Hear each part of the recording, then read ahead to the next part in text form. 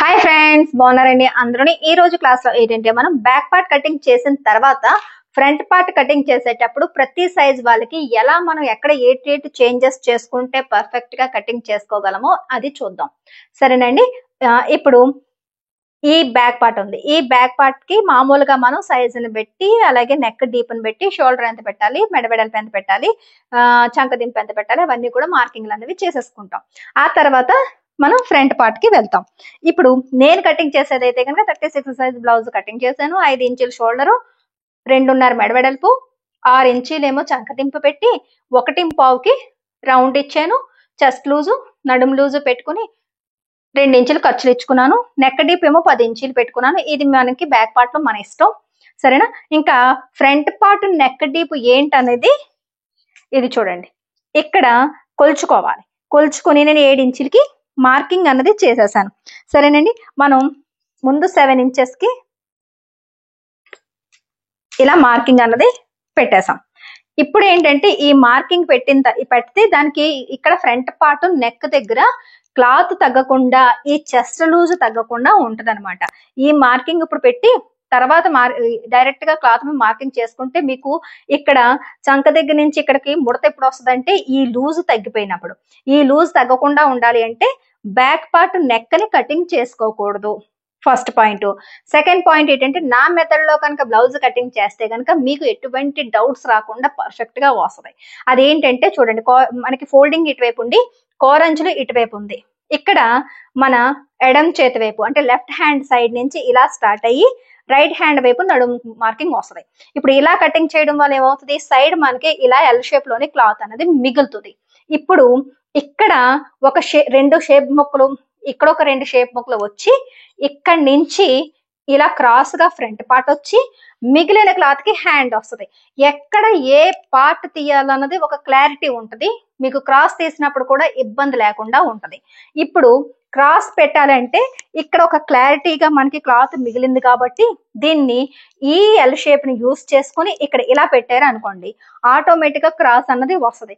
Cross cutting చేసేటప్పుడు క్రాస్లు కూడా అతిగా క్రాస్ తీసినా, క్రాస్ లేకపోయినా సరే ఫినిషింగ్ బాగోదు. ఇప్పుడు చూసారు కదా, ఇక్కడ నుంచి ఇలా పెడితే ఇది క్రాస్. సరేనా. ఇక్కడ మీకు ఈ ఎల్ షేప్ దగ్గర ఈ షోల్డర్ పెట్టడం వల్ల ఏంటంటే క్లాత్ కూడా మీకు సేవ్ అవుతుంది. ఇప్పుడు దీన్ని ఇలా పెట్టినప్పుడు ఎంత వరకు క్రాస్ పెట్టాలి, ఎలా పెట్టాలి అంటే గనక ఇది చూడండి. షోల్డర్ దగ్గరకు వచ్చేటప్పటికి కోరంచుల దగ్గర 2 పొరలో ఉన్నంత వరకు పెట్టాలి. ఎక్కడైనా మిస్ అయితే దాని కొద్దిగా కిందకి జరుపుకోవాలి. అలాగే ఇక్కడ ఫైనల్ గా లాస్ట్ అంచు దగ్గర కూడా క్లాత్ ఉందా లేదా చెక్ చేసుకోవాలి.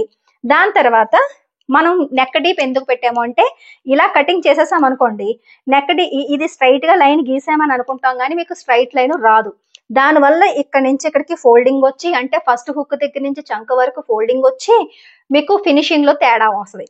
కాబట్టి ఇక్కడ మీ చెస్ట్ లూజ్ తేడా రాకుండా ఉండాలంటే ఇక్కడ ఫోల్డింగ్ మనం కటింగ్ చేయలేదు కాబట్టి దీని అంచంటే లైన్ గీసుకుంటే మీకు ఇక్కడ తేడా రాకుండా హుక్ బెల్ట్, ఐ బెల్ట్ దగ్గర వంకర్ లేకుండా వస్తుంది.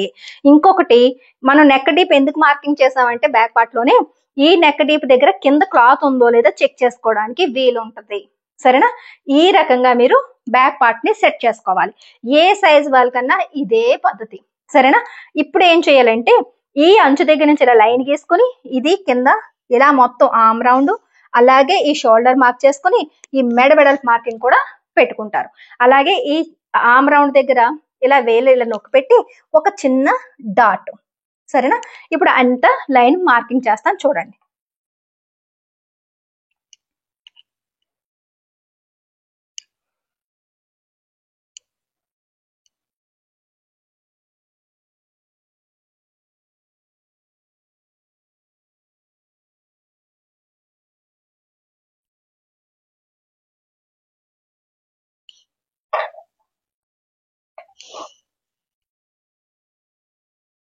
ఇంతవరకు మార్కింగ్ అయిన తర్వాత మీరు చేయవలసింది ఏంటంటే ఈ చూడండి, ఇక్కడ ఖర్చుల లైను, తర్వాత ఈ నెక్ డీప్ ఉంది చూసారా ఫ్రంట్ ది, అది మార్కింగ్ కిందకు వచ్చేటట్టు మార్కింగ్ పెట్టాలి. ఇక్కడ మెడబెడల్ లైన్ ఉంది కదా, ఈ లైన్ నుంచి ఇలా తీసుకెళ్తే ఆటోమేటిక్ గా కిందకి మార్కింగ్ వెళ్ళిపోద్ది. సరేనా. ఇప్పుడు బ్యాక్ పార్ట్ ని ఇలాగా తీసేయండి. ఇక్కడ బ్యాక్ పార్ట్ లో చంక దింపు ఎంత పెట్టామో తెలుసు కదా, ఇక్కడ డాట్ పెట్టాం కదా, ఈ డాట్ కరెక్టా కాదో తెలుసుకోవాలనుకుంటే దీన్ని పెట్టి ఇలా స్కేల్ పెట్టి గీసేయకూడదు. ఈ షోల్డర్ లైన్ నుంచి ఇలా చూసారా ఇంచీ టేప్ తో పెట్టుకుంటే కరెక్ట్ గా 6 ఇంచుల దగ్గర ఉంది కదా, కలిపేసుకోవాలి. ఒకవేళ లేకపోతే ఎక్కడ 6 ఇంచీలు ఉందో చూసుకుని అక్కడి నుంచి స్టార్ట్ చేసుకోవాలి. దానివల్ల ఏంటంటే చంకదింపు దగ్గర మీకు తేడా రాకుండా ఉంటది. ఎటువంటి స్టూల్స్ అవసరం లేదండి. ఆఖరికి బ్లౌజ్ కటింగ్ చేసేటప్పుడు స్కేల్ కూడా అవసరం లేదు మీకు. సరేనా? ఇప్పుడు ఇక్కడి నుంచి ఈ లైన్ కి ఇలా కలిపేసాం. ఇప్పుడు ఈ కార్నర్ దగ్గర నుంచి ఇలాగ మనం లైన్ గీసుకున్న తర్వాత ఈ ఆర్మ్ రౌండ్ ఉంది చూసారా, దానికి ఇలా 6 ఇంచ్ కిందకి మార్కింగ్ చేయండి. ఆటోమేటిక్ గా మీకు లోత్ అనేది వచ్చేస్తుంది. ఇక్కడి నుంచి ఇలా రౌండ్ తీసుకోండి. కర్వ్ స్కేల్ తో లైన్లు గీస్తే చూడడానికి మాత్రమే అందంగా ఉంటాయి. అవి సెట్ కావు, అవి దూరంగా వెళ్ళి టచ్ అవుతాయి. సరేనా? మీరు హ్యాండ్ తోని ఇలా కింద కిందే లైన్ లో టచ్ అయ్యేటట్టుగా ఫ్రీ హ్యాండ్ తోనే మార్కింగ్ చేసుకుంటే బ్లౌజ్ పర్ఫెక్ట్ గా కుదురుతుంది. దాని తర్వాత ఇలా మనకి ఖర్చులు ఉన్నాయి చూసారా, ఈ 2 ఇంచుల ఖర్చుల్ని ఇలా కలిపేయండి.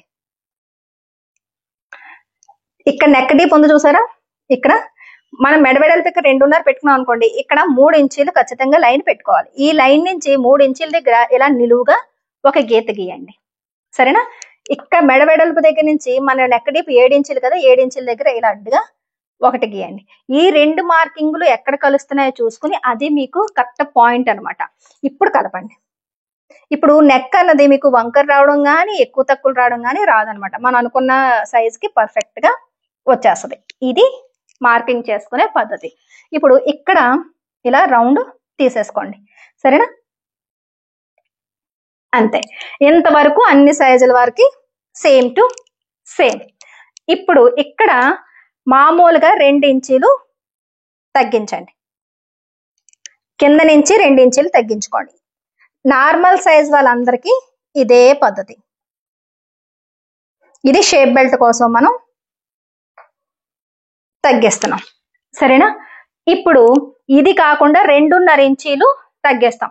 ఎవరికి అంటే కనుక బాగా చిన్న సైజు వాళ్ళకి. అంటే బాగా చిన్న సైజు అంటే 32 సైజు వరకుని ఇక్కడ 2.5 తగ్గిస్తాం. ఎందుకు అంటే వాళ్ళకి చెస్ట్ పాయింట్ పైకి ఉంటది కాబట్టి షేప్ బెల్ట్ ఎక్కువ తీసుకోవాలి. ఇంకొకరికి ఎవరికి తీసుకుంటామంటే బ్లౌజ్ లెంత్ ఎక్కువగా ఉండి హెవీ సైజ్ లో ఉంటూ బ్లౌజ్ లెంత్ 15 ఇంచీలు అలా బ్లౌజ్ లెంత్ ఉండి దాని తర్వాత చెస్ట్ కిందకి దిగి ఉంది అని అనుకున్న వాళ్ళకి ఎప్పుడైతే బ్లౌజ్ మనం పొడవు పెడతామో ఆ పొడవు పెట్టినప్పుడు ఇక్కడ 2.5 ఇంచులకి పెడతాం. అంటే 40, 42, 44 ఇలా పెద్ద సైజ్ వాళ్ళకి. మిగతా సైజులన్నిటికీ కూడా 2 ఇంచీలే. ఆల్మోస్ట్ 2 ఇంచీలు అందరికి సరిపోద్ది. ఈ చిన్న సైజు వాళ్ళకి బాగా లెంత్ ఎక్కువగా తీసుకున్న బ్లౌజులకి 2.5 షేప్ బెల్ట్ కోసం తగ్గిస్తాం. తగ్గించిన తర్వాత మీరు ఏ సైజు ఉన్నారో చూసుకుని తగ్గించిన తర్వాత ఈ లైన్ నుంచి, ఇది హుక్కులు కదా, ఈ లైన్ నుంచి పైకి 1 ఇంచుకి మార్కింగ్ చేస్తాం. ఇది ఎవరికైనా ఒక్కటే పద్ధతి, ఈ 1 ఇంచ్ పైకి వెళ్ళడం. ఇక్కడ ఈ లైన్ దగ్గర నుంచి ఇలాగా 3 ఇంచీల దగ్గరికి ఒక మార్కింగ్ చేయండి. సరేనా? ఇక్కడ మీకు షేప్ తీయడానికి ఇలా ఇక్కడ నుంచి ఇలా క్రాస్ వెళ్ళినప్పుడు షేప్ ఇక్కడికి వస్తే పర్ఫెక్ట్ గా వస్తుంది, ఏ సైజు వాళ్ళకన్నా సరే. ఇంకా ఇక్కడ నుంచి కిందకి ఎంత తీయాలి షేప్ అంటే గనక, అంటే ఇలా షేప్ మామూలుగా కూడా తీసుకోవచ్చు, కానీ కరెక్ట్ గా తీయలేము కదా. ఇక్కడ నుంచి కరెక్ట్ గా 6 ఇంచుకి మాత్రమే షేప్ ఇచ్చుకుంటే సరిపోద్ది. ఇంక ఎవరికి ఇవ్వాలి అంటే మనం డాట్ వెడల్పు ఎక్కువ వేసుకుని మనకి క్లాత్ లూజ్ ఇక్కడ ఎక్కువ కావాలి అని అనుకున్నప్పుడు ఇది కిందకి వెళ్తే క్లాత్ లూజ్ అన్నది పెరుగుతుంది. ఎప్పుడు ఇది హెవీ చెస్ట్ ఉన్న వాళ్ళకి మనం మార్కింగ్ చేస్తాం. ఇక్కడ నుంచి 3/4 ఇంచు లేదా 1 ఇంచు వరకు కూడా షేప్ తీసేసుకోవచ్చు. ఇక్కడ నుంచి ఇలాగా కిందకి 1 ఇంచుకి ఇలా షేప్ తీస్తున్నాం కదా అని చెప్పి ఇక్కడ షేప్ బెల్ట్ తగ్గించాల్సిన అవసరం లేదు. షేప్ బెల్ట్ పొడవులు అన్నవి ఇక్కడ మాత్రమే చూసుకుంటాం. ఇక్కడ ఆటోమేటిక్గా 1 ఇంచు కిందకి దించి ఇలా షేప్ వెళ్ళిపోద్ది అంతే. ఇది ఎక్కడికి దించినా సరే, ఇది ఎంత కిందకి దించినా ఎంత పైన ఉన్నా సరే ఇక్కడ లెంత్లు మాత్రమే షేప్ బెల్ట్ ని మనం దృష్టిలో పెట్టుకుంటాం. ఇక్కడ మిగిలిన దాన్ని చూసుకున్నామంటే షేప్ బెల్ట్ అనేది చాలా చిన్నదైపోద్ది. సరేనండి? ఇప్పుడు ఈ 1 ఇంచ్ దగ్గర నుంచి ఈ 1/2 ఇంచ్కి చిన్న చిన్న డాట్స్ అన్నది ఇలా పెట్టుకోవాలి. ఇప్పుడు ఆటోమేటిక్గా మీకు ఇలా షేప్ అన్నది వచ్చేస్తుంది అనమాట. చూస్తున్నారు కదా, ఇలా ఇక్కడ నుంచి ఇలా పెట్టుకో.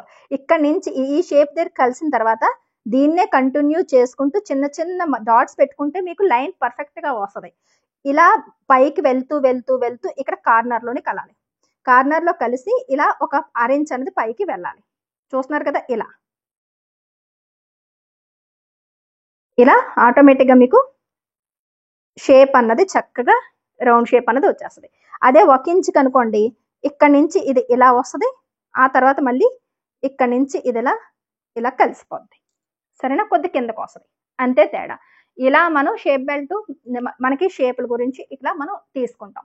డాట్స్ ఎలాగా అంటే గనక ఇక్కడి నుంచి ఫస్ట్ 2.5 ఇంచాలు అన్నది స్టార్టింగ్ మనం మార్కింగ్ చేసుకుంటాం మెయిన్ డాట్ కి. అంటే 2.5 ఇంచీలు అంటే గనక చిన్న సైజు నుంచి ఒక 40 సైజు వరకు 2.5 వదిలేస్తాం. తర్వాత ఇక్కడి నుంచి మెయిన్ డాట్ అన్నది మారుతుంది చిన్న సైజు, అంటే 32 సైజ్ వరకు ఇక్కడి నుంచి ఇక్కడికి 2 ఇంచెస్ పెడతాం. 32 సైజ్ వరకు 2 ఇంచెస్ పెడతాం. ఇంకా అక్కడి నుంచి 36 నుంచి ఒక్కొక్కసారి 36 వాళ్ళకి కూడా చెస్ట్ తక్కువ ఉంటే 2 పెడతాం. ఎక్కువ ఉంటే కనుక ఇక్కడి నుంచి స్టార్ట్ చేసి కనీసం ఒక 40 సైజ్ వరకన్నా ఇక్కడి నుంచి ఇలా 2.5 ఇంచులకి మెయిన్ డాట్ పెడతాం. అదే 42 నుంచి ఇంక పెద్ద సైజులు ఏదైనా సరే ఇక్కడి నుంచి 3 ఇంచులు వదిలి మళ్ళీ డాట్ 3 ఇంచులకు పెడతాం. 3 ఇంచులు వదిలి 3 ఇంచులకి డాట్ పెడతాం. ఈ 2.5 అన్నది చిన్న సైజులకి మీడియంకి సేమే. పెద్ద సైజులకి వచ్చేటప్పటికి ఇక్కడ నుంచి 3 ఇంచులు వదులుతాం. సరేనండి. ఇంకా మెయిన్ డాట్ చిన్న సైజులు అయితే 2, మీడియం అయితే 2.5, పెద్ద సైజులు అయితే 3 ఇంచులు. ఇప్పుడు నేను 2.5 పెట్టాను కాబట్టి మీ నడుం కొలత ఎంతో చూసుకోండి. నాది 30 ఇంచులు, దాంట్లోని 4వ వంతు 7.5 ఇంచులు. ఈ 7.5కి ఈ 2.5 ఈ ఖర్చులు 2 ఇంచులు కలిపి 4.5 కలుపుకోవాలి. కలిపితే 7, 4, 11, 11ని అర 1 12 ఇంచులు. ఇప్పుడు ఇక్కడి నుంచి ఇలాగా ఈ లైన్ ని కొలుచుకోండి. 12 ఇంచులు ఉందా లేదా చూసుకోండి.